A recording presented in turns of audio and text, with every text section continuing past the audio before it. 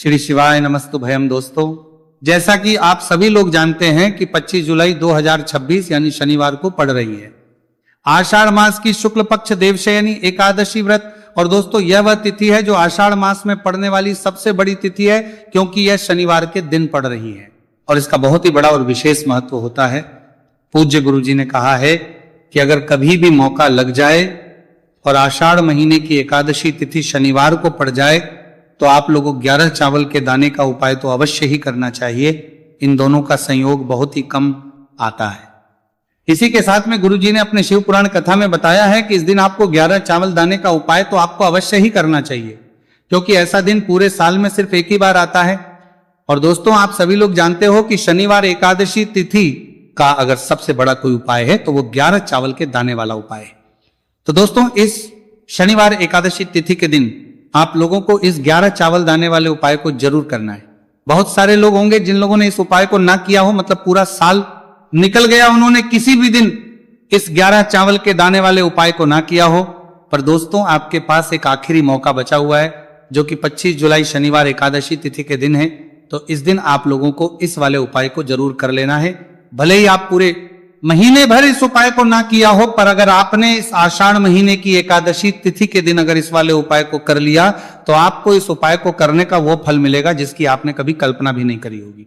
इसीलिए आप लोग इस वाले उपाय को एक बार जरूर कर लेना है, ताकि आप लोगों के हाथ से यह मौका ना जा सके और आपको इस उपाय को करने का फल मिल सके। दोस्तों, यह उपाय पंडित जी ने अपनी अभी की ही श्री शिव महापुराण की कथा में बताया है जी। इस उपाय को आज हम आपको बहुत अच्छे से समझाने वाले हैं। इस वीडियो को देखने बाद इस उपाय को समझने के लिए आपको कोई और वीडियो को देखने की जरूरत नहीं पड़ेगी। तो चलिए दोस्तों, उपाय को शुरू करते हैं। देखिए, ये इस आषाढ़ महीने के शनिवार एकादशी तिथि के दिन ये इतना खास होता है, इतना महत्वपूर्ण होता है। देखा गया है कभी कभी बड़े बड़े पूजा पाठ अनुष्ठान से जो मनोकामना पूर्ण नहीं होते, वह आषाढ़ महीने के शनिवार एकादशी तिथि के दिन एक छोटे से उपाय करने से ही आपकी मनोकामना पूर्ण हो जाती है। और बहुत सारे लोग इस उपाय को किया भी है और उनको इस उपाय को करने का फल भी जरूर मिला है। अगर आप लोग भी इस उपाय को करना चाहते हैं तो आप इस उपाय को पहले अच्छे से समझ लेना, सुन लेना, उसके बाद करना। आपको इस उपाय का फल जरूर मिलेगा और इस उपाय को कर लेने से आपके घर में चाहे किसी भी प्रकार की दुहक और समस्या क्यों ना चल रही हो, आपको उसका कारण भी नहीं पता है कि भाई ये समस्या किसका कारण से चल रही है, उसका भी कुछ कारण हो सकता है, जैसे पितृदोष हो सकता है या किसी भी तरह का मंगल दोष भी हो सकता है। तो इस दिन आप लोगों को ये वाला उपाय करनी है, लेना है। ये एक ऐसा उपाय है जिस उपाय को अगर किसी विशेष दिन पर किया जाए तो भाई उस विशेष दिन का जो है वो तो हमें मिलता ही मिलता है, पर हमने उस दिन पर इस उपाय को किया है तो हमें उससे भी बड़ा फल मिलता है और फल बहुत जल्दी मिलता है, क्योंकि आप इस उपाय को बहुत ही बड़े और विशेष पर कर रहे हो। तो चलिए अब उपाय के बारे में बात करते हैं, लेकिन उससे पहले आप लोगों को यह जानना आवश्यक है कि आखिर यह उपाय किस समय करना है, किसको करना है और कैसे करना है। तो चलिए हम आगे आपको वीडियो में एक एक करके बता देते हैं। लेकिन उससे पहले अगर आप लोग हमारे चैनल पर पहली बार आए हैं या फिर मेरी आवाज आज पहली बार सुन रहे हैं तो हमारे चैनल को सब्सक्राइब जरूर कर लेना और इस वीडियो को करके कमेंट बॉक्स में श्री शिवाय नमस्तु भयम ओम नमः शिवाय जरूर टाइप कर देना। तो दोस्तों, इस 11 चावल के दाने वाले उपाय को हमें इस शनिवार एकादशी तिथि के दिन कैसे करना है, किसको करना है, किस समय करना है और कहां पर करना है, ये सारे सवालों के जवाब आपको इस वीडियो में मिल जाएंगे। और जो ये वीडियो देखेगा भाई उसको 11 चावल के दाने वाला उपाय जरूर करना चाहिए, क्योंकि इस दिन एक चावल के दाने का बहुत ही बड़ा और विशेष महत्व होता है।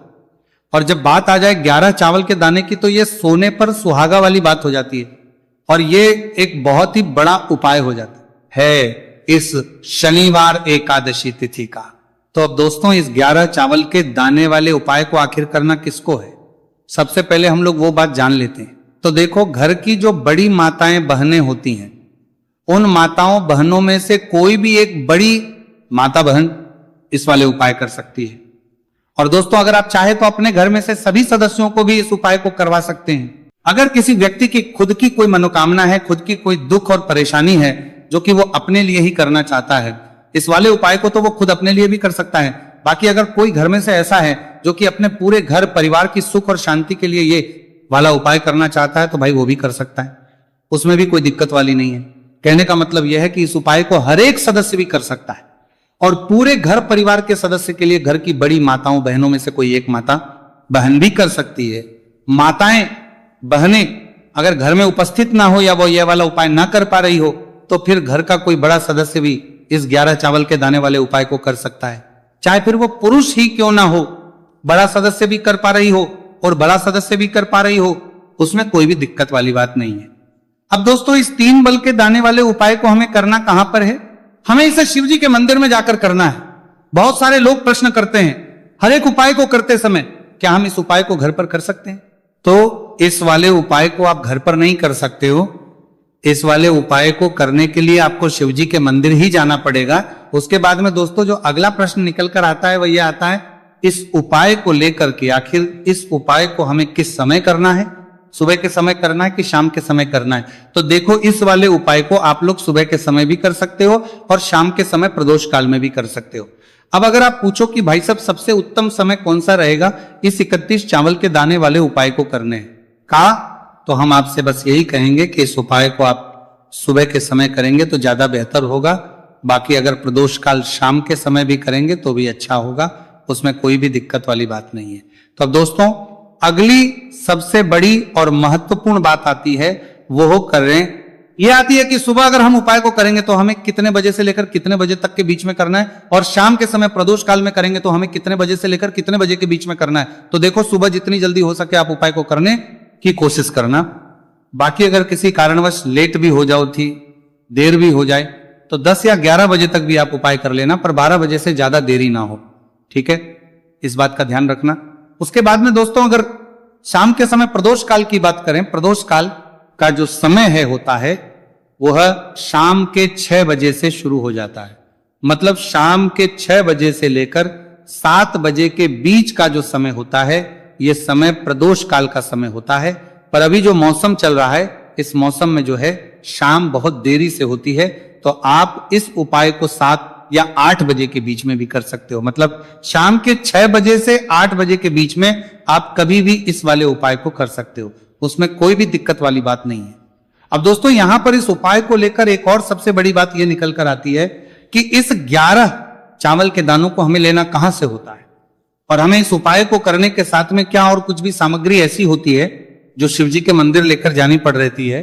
तो देखो यहां पर हम आपको बता दें, सबसे पहले आप लोग ये जान लो कि ये जो 3 चावल के दाने वाला उपाय है, सिर्फ और सिर्फ आप उपाय की सामग्री लेकर कभी भी शिव जी के मंदिर मत जाना, क्योंकि हमें भगवान के सामने ये नहीं दर्शा है कि अगर हम भगवान शिव जी के मंदिर आए हैं तो अपने फायदे के लिए आए।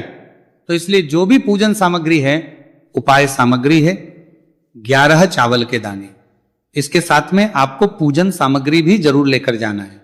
देखो अगर सुबह के समय उपाय कर रहे हो तो सीधी सी बात है, 1 लोटा जल तो आप लेकर जाओगे ही जाओगे।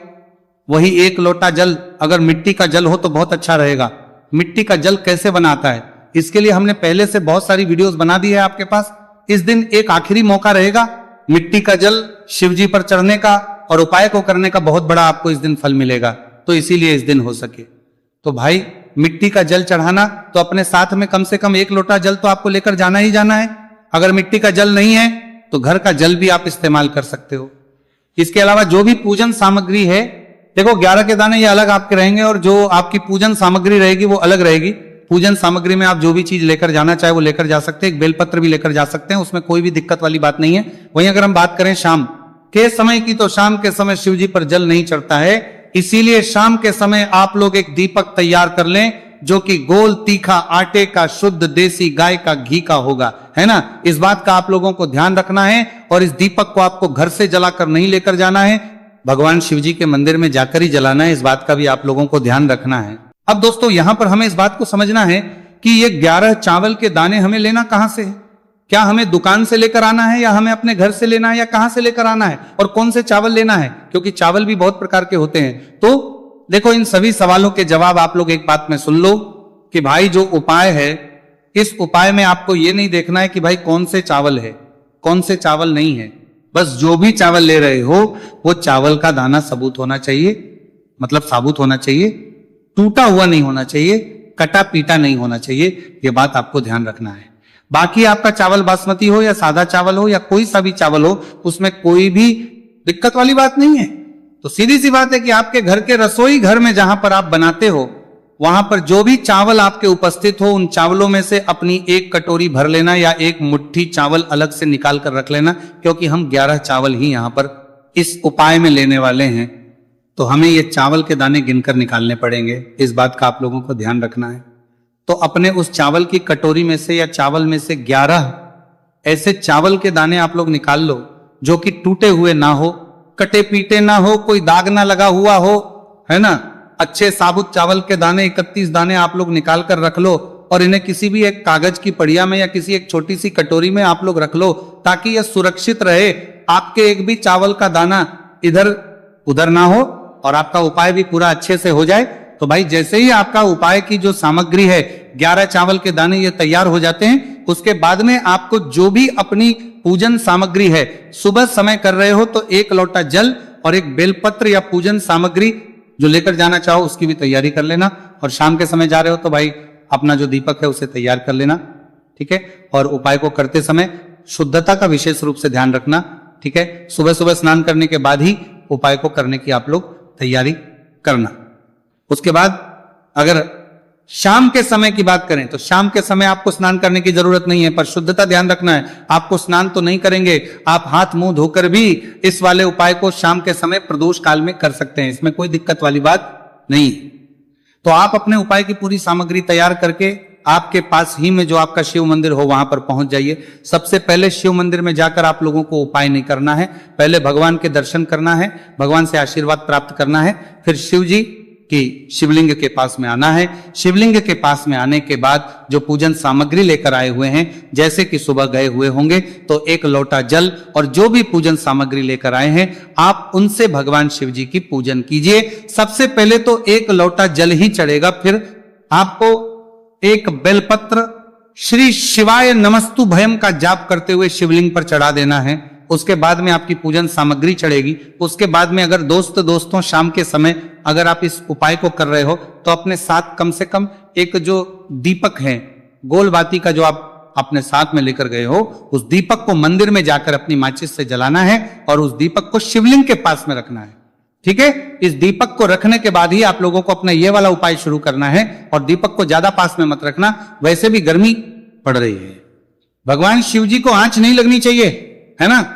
तो भाई जैसे ही आपकी पूजा अर्चना हो जाती है, आप भगवान शिव जी को प्रसन्न कर लेते हैं, उसके बाद शिवलिंग के पास ही में आप कहीं पर बैठ जाइए सामने, या आसपास जिस जगह पर आपको बैठना हो वहां पर आपको बहुत सब पर बैठना हो, आप कहीं पर बैठ जाइए और अपने वो 11 चावल के दाने अपने सामने निकाल कर रख लीजिए, क्योंकि अब यहां पर उपाय को यहां पर करने की आपको तैयारी करना है। और इस तरीके से जब आप उपाय करेंगे, पूजन सामग्री चर्चाने के बाद, पूजन अर्चना करने के बाद, तो आपको उपाय का फल बहुत जल्दी और बहुत होकर मिलेगा। तो अपने चावल के अपने सामने निकाल कर रख लेना। और ये जो उपाय है ये आपकी सीधे हाथ की हथेली से होगा, इसीलिए इस बात का भी विशेष रूप से ध्यान रखना है।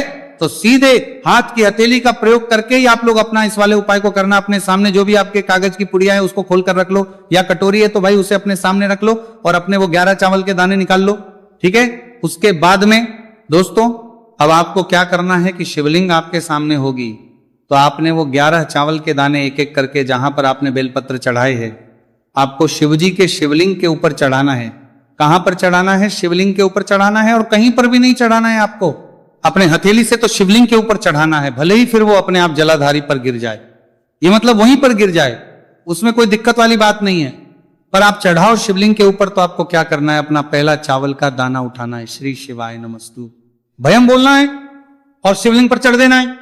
इसी तरीके दूसरा चावल का दाना उठाएं, शिवलिंग पर चढ़ना है और मंत्र बोल देना है, और फिर तीसरा चावल का दाना उठाना है, श्री शिवाय नमस्तु भयम बोलना है और चढ़ देना है।